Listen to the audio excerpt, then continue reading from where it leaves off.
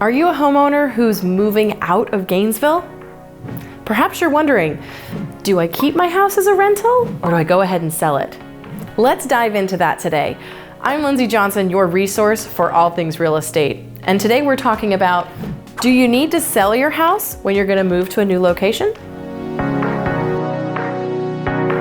When you're moving to a new area and you're a homeowner, it's a question a lot of people have.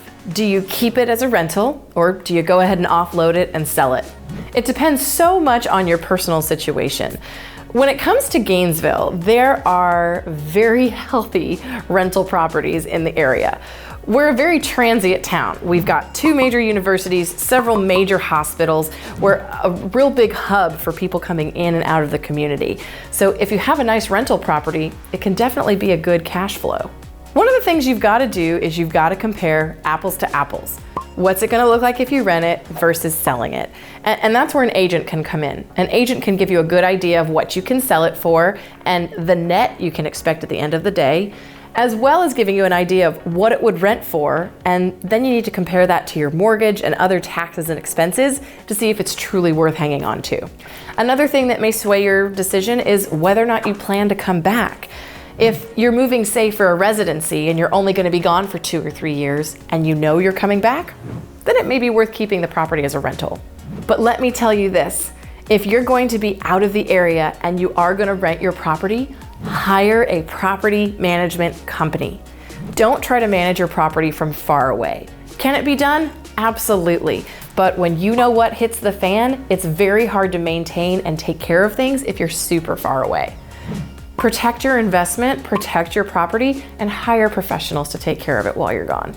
And when you're thinking about running those numbers, some other things that I want you to be cognizant of are not only what you can get for rent and what maybe you're paying for your mortgage, but also what is the HOA? What are the property taxes?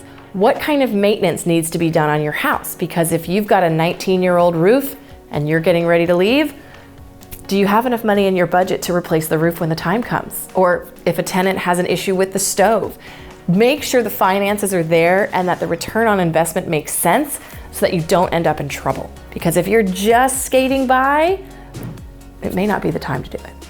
Another thing to consider is the current market. Right now, selling is a great opportunity to make top dollar.